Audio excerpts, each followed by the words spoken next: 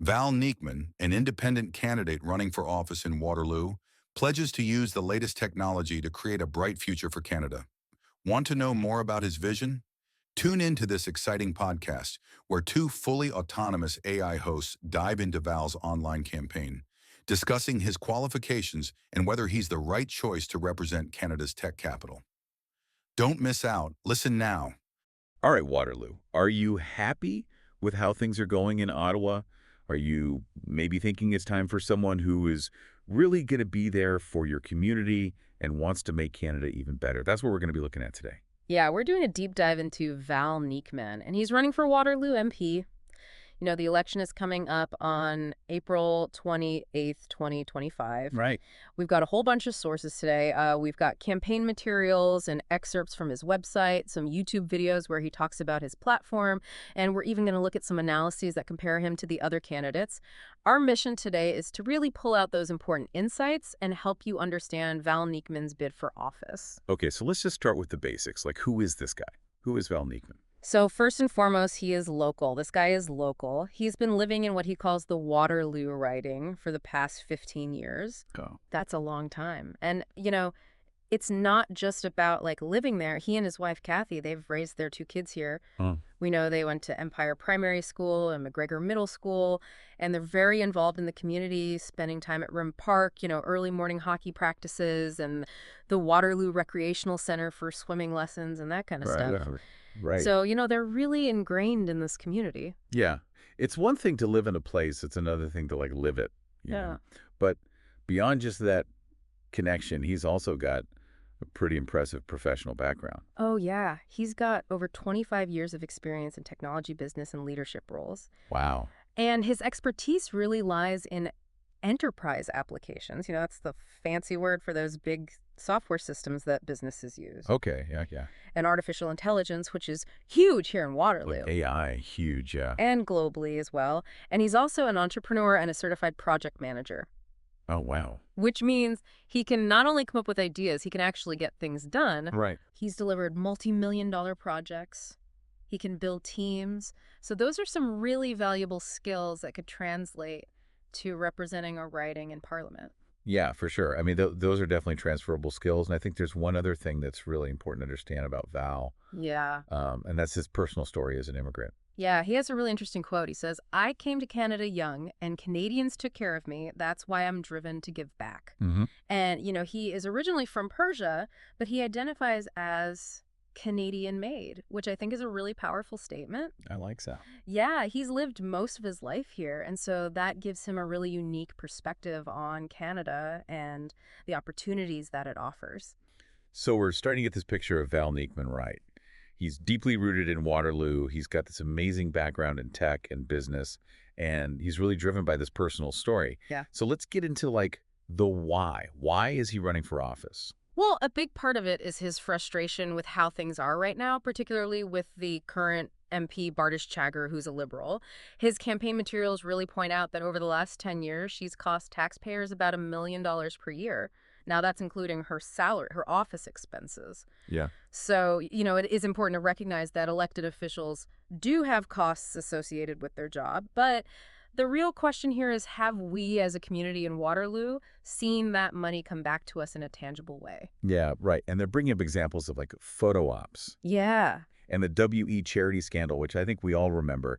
And the fact that she pretty much always votes along party lines, which is a concern for people who want someone to really be a voice for Waterloo specifically. Yeah, and he's not just, focusing on the incumbent. He's also contrasting himself with the conservative candidate, Wasim Botros.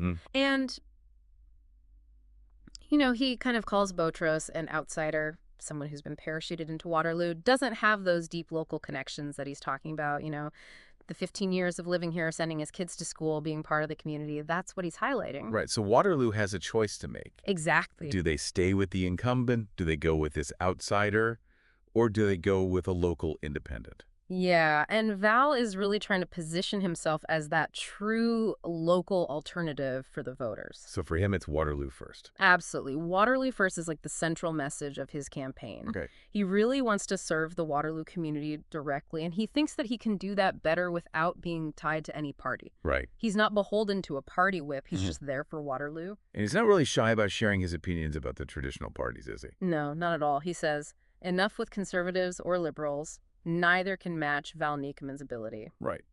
So he's really trying to, get people to look beyond those old parties and consider an independent voice. So he wants change. He wants to focus on local representation. Yeah, And he's not afraid to critique the other candidates. exactly. Okay, so we get why he's running, but what does he actually want to do? What's his vision for Waterloo? So his core objectives are to really prioritize the citizens and the country as a whole to ensure affordability for Canadian families. That's a big issue for a lot of people right now. Yeah, for sure. And to champion family values and to inspire hope through problem solving. Okay, so those are kind of big ideas. Yeah. But what are some more specific things that he's talking about? So some of his key priorities are things like Canada First immigration policy. He wants to restore order and secure our borders. He wants to lower taxes and put more money in people's pockets, stabilize prices, bring down the cost of living, make housing more affordable, restore freedom of speech. And he wants to make sure that healthcare is timely and accessible for everyone in Canada. Wow, that is a long list. Yeah, and there's more. There's more. He also talks about Canada-focused sustainability. Okay. So, it's a pretty comprehensive list that covers a lot of the issues that people are talking about these days. And given his background, Mm-hmm. I'm really interested in how he views technology and innovation, Yeah, me too, especially in a place like Waterloo. especially here. Yeah. He understands how important technology is to Waterloo's economy, and he really stresses the need for an MP who gets it, who understands technology firsthand. Mhm. And he's even talked about how he's hired and mentored students from the University of Waterloo. So, he's got that connection to the talent here. Okay, so that's great. He's got the experience. He understands the issues. Yeah.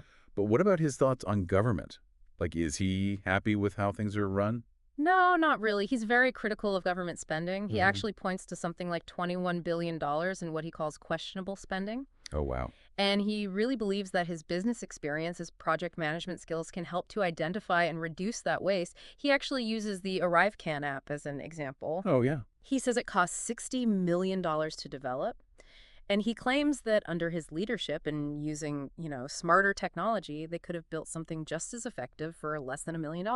Wow. Okay, so he's all about saving taxpayer money. Exactly, making things more efficient. Okay, let's talk about immigration. It's a hot topic, obviously. Yeah, it is a hot topic, and he addresses it head on. He talks about his own experience as an immigrant and says that it gives him compassion for people who are struggling. Yeah. But he also really stresses this Canada First approach to immigration. He says, we need to look after Canadians first. We need to make sure that Waterloo is prosperous, and then we can think about how to help others. So it's about finding that balance. Exactly. Okay, so what kind of overall tone is he setting for this election?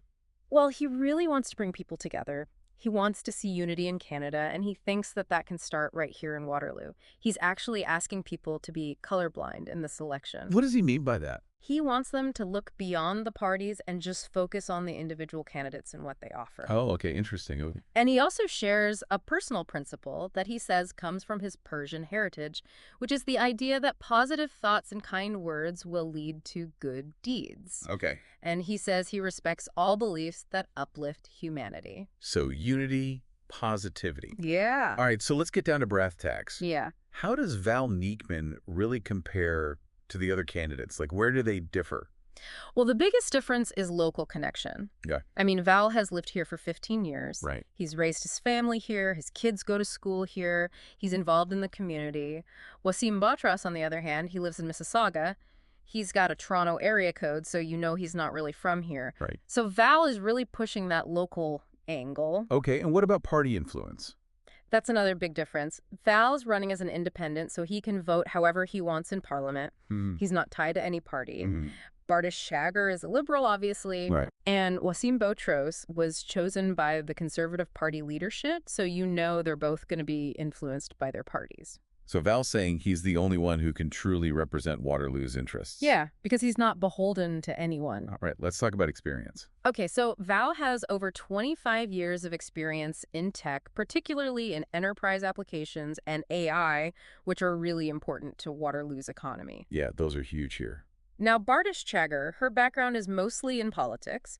She worked as a political assistant before becoming an MP. Like, And Wasim Botros, his experience is a bit more all over the place. He's done nuclear physics consulting, he's been a realtor, he's a public speaker, and there have been some questions raised about the consistency of his story. okay. So the point is, Val's experience is directly relevant to Waterloo's needs. Okay, so last thing, transparency and track record. What can you tell us about that? Well, there have been some concerns raised about Wasim Botros's business dealings. Yeah, specifically about claims that his company, Cable Lock Connectors, made about being made in Canada, and the fact that his consulting firm, TAAV, was dissolved. Okay. Now, these may not be illegal or anything, Right. but it's something that voters might want to look into. Okay. And in contrast, Val Neekman doesn't seem to have any of those issues hanging over him. So with just a few weeks left before the election, what's Val Neekman's message to voters? What's he asking them to do? He's really appealing to everyone across the political spectrum. Wow. He's asking people to put aside their differences and unite behind him Okay. because he thinks that's the only way to make sure that Waterloo has a strong voice in Ottawa. Interesting. He's really worried about the vote being split and allowing the incumbent to win again. No, I...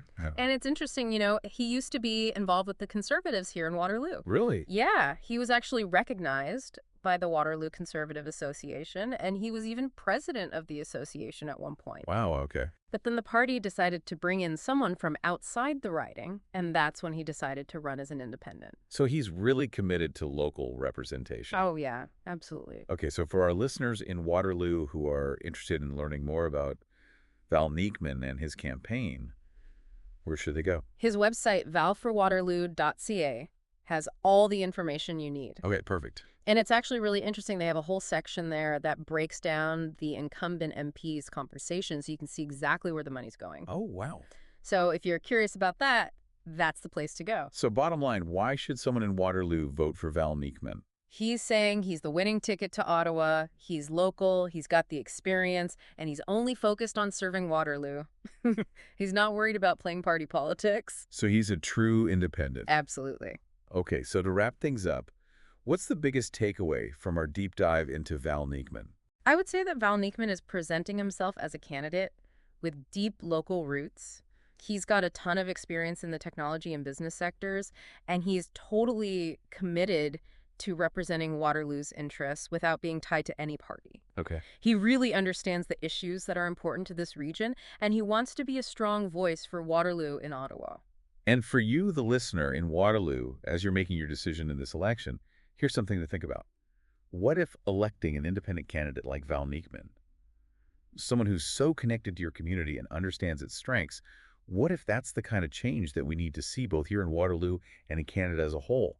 Could that shift in how we think about representation lead to more innovation and accountability in Ottawa? It's a really interesting question, and we encourage you to learn more. Visit his website at valforwaterloo.ca and compare what he's offering with the other candidates on the ballot. Your vote on April 28th, 2025 is so important, so make sure you make an informed decision. Okay, and that's all the time we have for today. Thanks for joining us. Thanks, everyone. Hello, my name is Val Neekman. I approve this message and I appreciate your support. Thank you.